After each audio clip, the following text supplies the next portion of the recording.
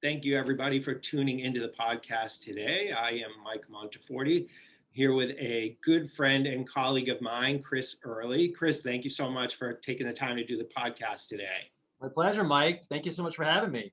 No, I appreciate it. You're a busy guy. We're all busy. So I'm so appreciative of you just taking a little time out of your day to chat with me. Like I said to you kind of before we started recording, is that what I try to do is I try to bring resources to my clients, whether it's attorneys that do, work in different fields than what I do, and try and give them options and good contacts either in other fields of law or other services and things like that. So again, I appreciate you just taking a little bit of time to talk with me. I think a great way to start, if you wouldn't mind, is just maybe tell, for my clients that don't know you yet, a little bit about you, a little bit about your firm and what you do. Sure. No, thank you so much again for having me. I really appreciate this. This is great. So I am a personal injury attorney in downtown Boston. This is we have about 8 team members under roof right now. And I guess I'll go back in time a little bit. I grew up in New Jersey. I came to Boston around 1995, went to BU. And then after law school, I had trouble finding a job. It was just a very bleak job market in 2004.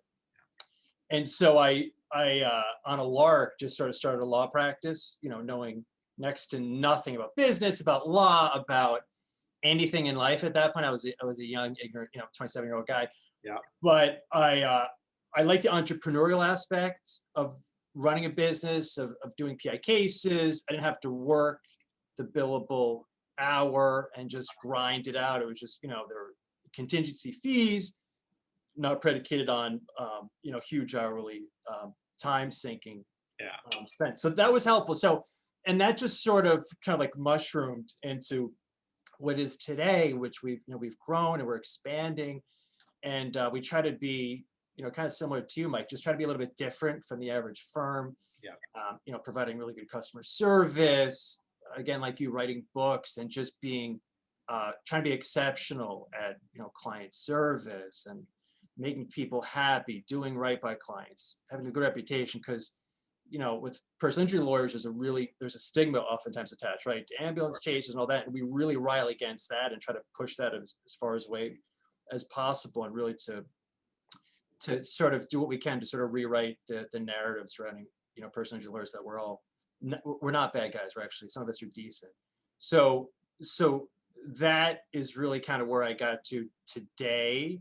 I'm married. My wonderful wife is Rory. I have 2 young kids at home. I'm very blessed.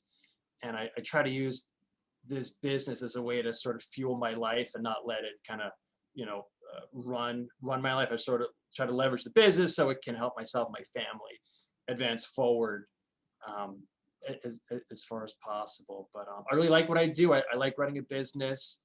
I'm trying to step away and be more the sort of visionary while other people sort of do what they do, be it a lawyer or, paralegal, whoever it is, just to make sure everyone is doing a good job. So I try to let people, do what they do. I'm sure they do it better than me anyway. Let them do their thing, step away and not interfere too much. That's the ultimate idea. Yeah, I think we kind of have that in common. A few things really, but part of what I do every day is some of what I think I'm the best at is just getting out of the way when I need to get out of the way. I have a great team. I hire team members that are great at what they do. What they do, they can do better than I could, and so I get out of the way and I let them do their thing. And the business is better for it. The clients are better for it. And so the fact that you even mentioned that's a tough thing for some business owners, to be able to, kind of step back and get out of the way and let people do what they do, Yeah, that's really important, 100%. Because otherwise you're preventing the ship from moving forward, right? You're bottleneck. Yeah, absolutely. I think one of the biggest kind of realizations I came to, it was maybe 3 years ago now when I was starting to hire people, is realizing that the bottleneck was me. You know, the problem was me and trying to do too much, trying to do everything, and that there aren't enough hours in the day to do everything. You can't be great at everything anyway. So let me hire people that are great at the things that I'm not, and then I can focus on, you know, what I'm good at. 100%. And a challenge related to that is finding the right people to put where they need to be. You know, the talent acquisition is I feel like a challenge, right? As you know, running a business. But at the end of the day, whatever kind of business you're running, if you're a lawyer, if you're an electrician, if you're whoever what you're doing, if you're running a business, it's still a business. I think it has to be treated that way. And just, you know, hire the superstars, let them flourish, give them a great environment, and then that will in turn make things, I'm sure, you know, much smoother. So it seems like you're doing a really nice job with that as you expand. It's very impressive. Well, I tell you, but another thing that you mentioned when you were kind of just explaining a little bit of how you got to where you are, your story is similar to mine in a lot of ways, and I'm very much a family first guy. So I'm married. This year, this July, we'll be celebrating our 20th wedding anniversary this Congrats. year. So we're married Awesome. 20 years this year. I've been together with my wife 25 years. And we've got two kids. They're both in high school. I've got a 17-year-old daughter. My son's almost 16.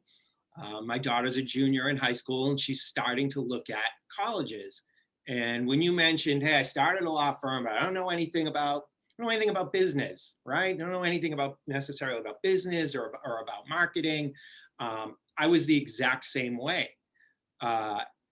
Going into, you know, I worked for a small firm, a couple of guys that were my mentors, and they were great and they taught me a lot, but still I was an employee, I was an associate, I wasn't as involved with the way the business ran. So when I left to start my own firm, there's so much there that I lacked, and it was kind of trial by fire because I'm trying to run this thing and get the phone to ring, and again, right, doing everything myself and not really being sure, you know, kind of what to do.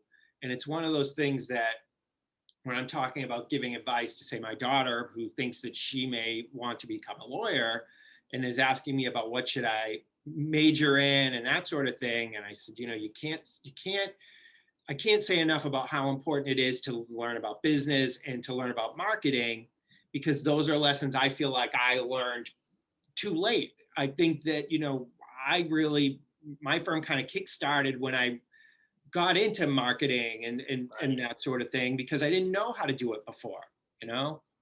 100%. They don't teach us that in law school. I mean, they teach everything but that, and that's not really, a lot of these things aren't tangible things that you can actually apply to the real world of running a business. But it sounds like, you know, we both sort of learned on the fly, and that, you know, to your credit, you know, your kids are a little older than mine, but in the blink of an eye, my kids will be where your kids are right now. Yeah. And just teaching them, you know, the things that they'll need to know, the real world lessons, it's going to serve them well. We both know that very well. Yeah, and you're right. It goes fast when, you know. Oh. So my daughter, she drives, she has a car, she's looking at colleges, and I say, how did this happen? You know, exactly. Right. I feel like, you know, blink my eyes, and it was back when she was 2 years old and following me around the house, daddy, daddy, daddy. And, you know, and now she's this young adult and talking about maybe becoming a lawyer. But oh, wow. You're right. The things they don't teach you in law school. In fact, when it comes to marketing, at least when I was in school, and I think I was ahead of your time, and maybe it was different when you were there, but they almost taught that marketing was a bad thing. You know, that, well, if you do good work, you know, the clients will come. You shouldn't be out there trying to get clients. And I feel like you could be the best lawyer in the world, but if no one knows you exist, you're not doing anybody any good. 100%. The business just doesn't appear at your door. And I think, like you said, there's a narrative that's actually what happens, but you have to stimulate your business. It doesn't just stimulate itself. So I think that's super important. But, you know, running a business can be, you know, really, really challenging. I think the challenge is to sort of mold it to make it in such a way where you are liberated, right? And your strengths are really, you know, reinforce the business, and any things that you're not so good at are minimized, like we said, with having the right people come on board. But I like nothing more than just running the business. It's very, as you know, challenging, stressful. There's been sleepless nights, and thankfully I'm sleeping better now. Just knowing that things get tinkered with, and the systems get a little bit tighter each day. Yeah. Do your kids think do your kids think you're cool because you're a lawyer? Like, I'm still cool, Mike. Yeah, I'm not like a uncool guy just yet. I'm getting there, but I'm still enjoying the dad's okay phase. So I'm really relishing what I have left of that. Yeah. I'm at the point where, my daughter might want to be a lawyer, but she doesn't think she wants to do what I do, estate planning, because it's boring. So she makes no bones about it. Dad, I don't know if I want to do what you do because what you do is boring. So I don't find it boring. I'm like, I get to help people that are going through a tough time and relieve their burdens and make them feel better. I love that about my job. But she's still young. I think she'd probably get like the excitement a little bit more of what you do, kind of interesting, helping people achieve justice and compensation for wrongdoings and injuries and that sort of thing. But that's got to be a great part of what you do, taking somebody that's been hurt and making their life better, helping them. Yeah, before we got on this call, I was thinking that you and I, the people who call us, don't want to call us. They don't want to think about their ultimate demise, right? The need to prepare for that. They don't want to talk to a personal injury attorney, right? And so I think you and I, and how we run our businesses, to be different, to sort of, again, change the perception that lawyers aren't. They're actually really good people doing good work all the time. And so I think that's something that we have to always are challenged with, is people don't want to call. They're calling us because there's an issue, right? Or they're trying to get ahead of an issue. So getting them to be comfortable with the process and showing them that there's a lot of good lawyers out there, including ourselves, I think is super helpful. But back to you're talking about your kids. Life is funny. If your daughter does go to law school, she could change her mind and say, you know what, I see what you're doing. I kind of like it. Maybe she takes over your practice down the line, right? Yeah. That's always, I say to my kids all the time, hey, if you end up going to law school, I don't care what you do. Just reach your potential, work hard, apply yourself, be good, and put forth effort all the time. But if you end up coming the way that I have, where I am right now, and you want to take over, that would be exhilarating. But it's there for the taking. So I'm trying to build something which, if they want to take the keys at that point, it's ready for them. Just don't mess it up.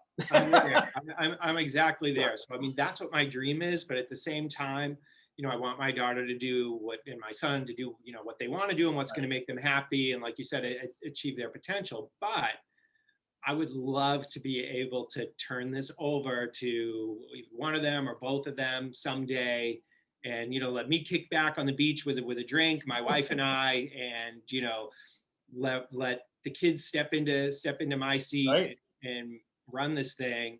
And I think that by doing that, like you said, it's there for the taking. I all those kind of hurdles and things I had to learn that trial by fire, we're beyond that now. So they'd really be able to step in and be successful. But at the same time, I know if I push, they're going to turn around and run in the other direction. So yeah, 100%. But nothing better than being a father. I feel like we're so blessed. Have children and running a business. I mean, so much good to be thankful for. Yeah, especially this COVID time.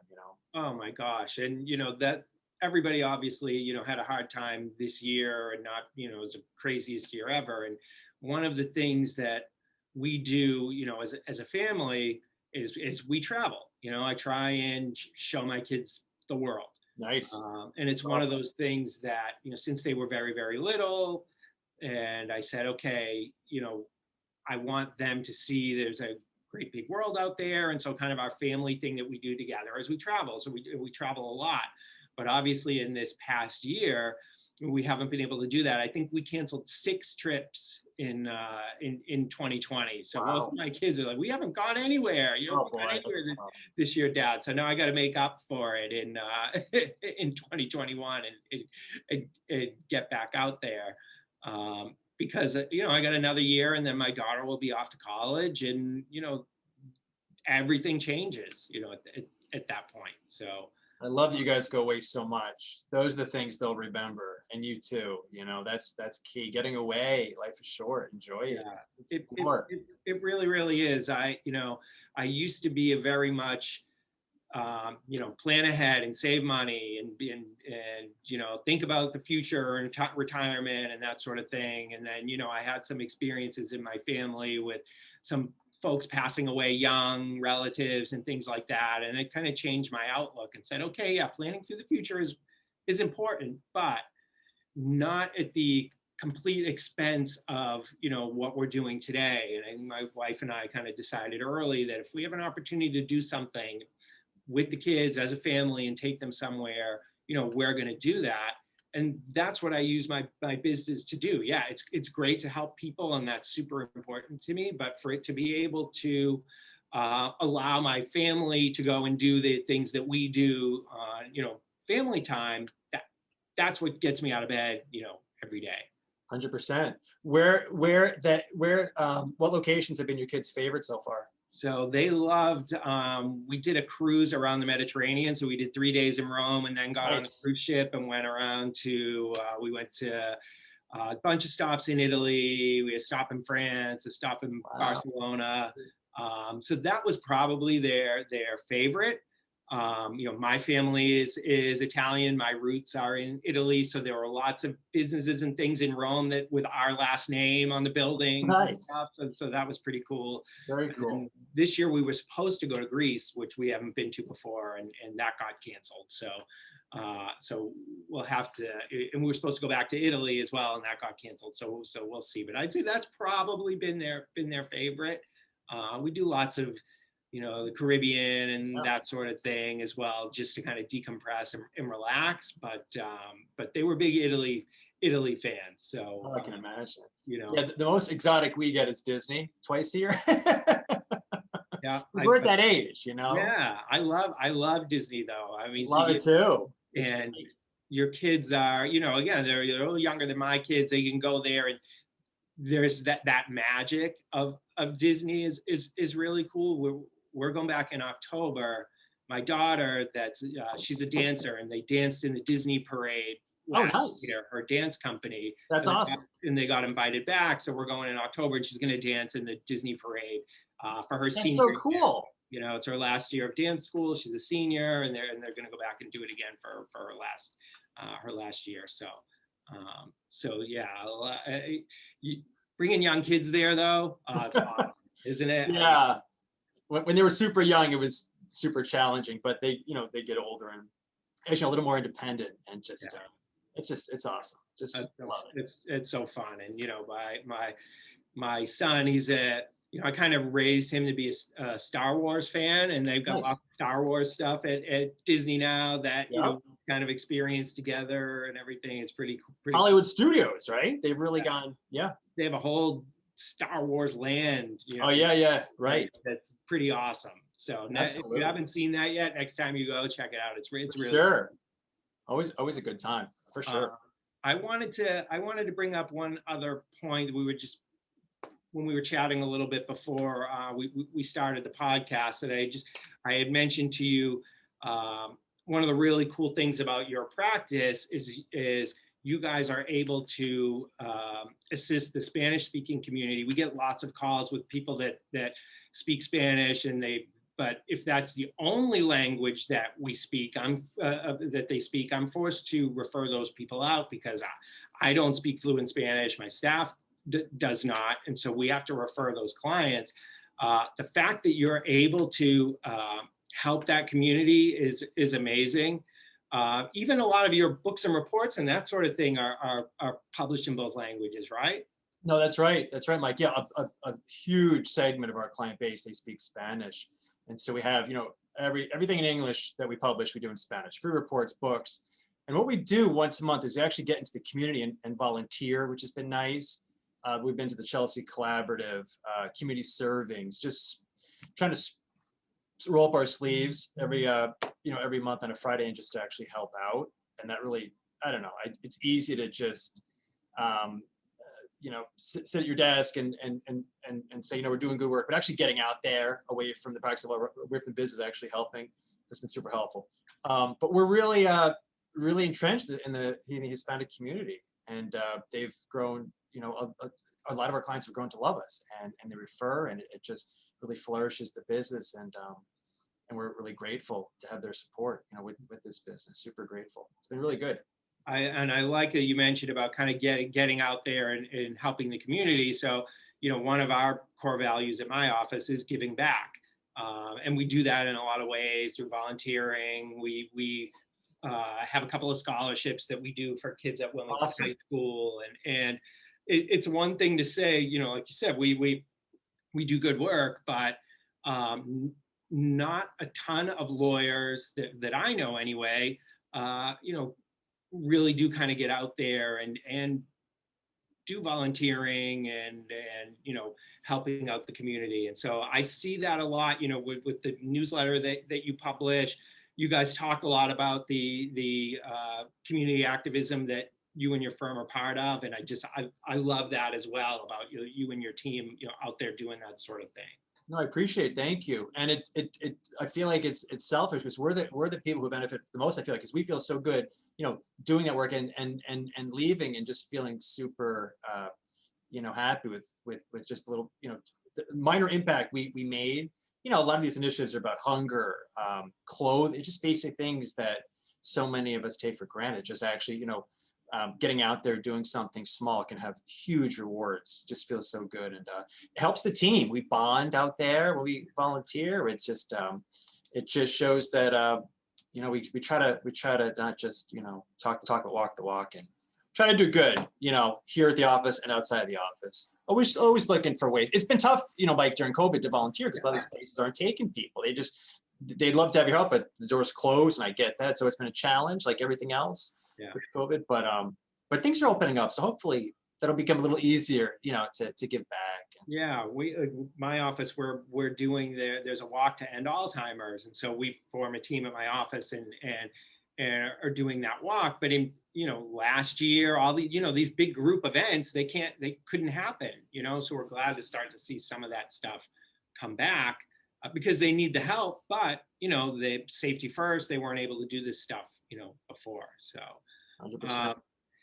So what I want to do, like I said, is I try and do these podcasts so that my clients and my the people that follow us have resources. And I think that having your office as a resource is great. If any of clients of mine want to download any of the educational materials, like you guys provide educational materials just like we do, books, reports, that sort of thing, how do they get to you? What's your website?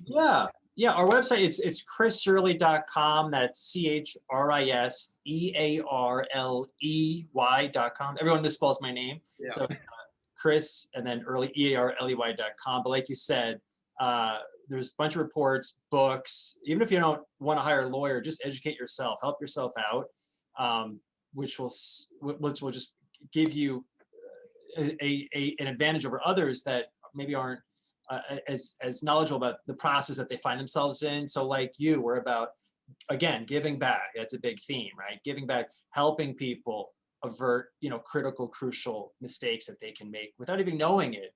And but we're always here, obviously, to assist anyone who needs our help.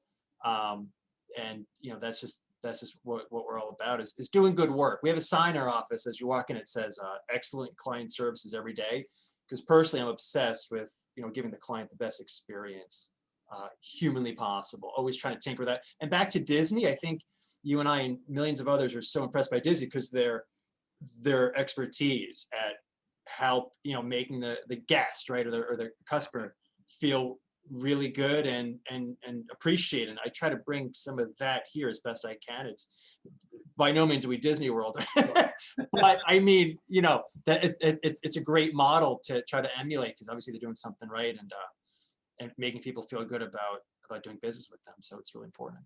That's awesome. I love that. All right, Chris, thank you so much for taking the time. I appreciate it. Thank you. My clients are going to love to just come back and learn again a little bit about you, having that resource, knowing that your resources are published in both English and Spanish is, I think, again, just such a great thing. So I Thank you. appreciate you taking the time, chatting with me a little bit. It's going to be just a great thing for our clients to see and learn a little bit about you. So thanks so much. Thank you so much. And I want you to come on my podcast too. I want to return the favor. So I'm there. all right, good. All right, my friend. Thanks, Mike.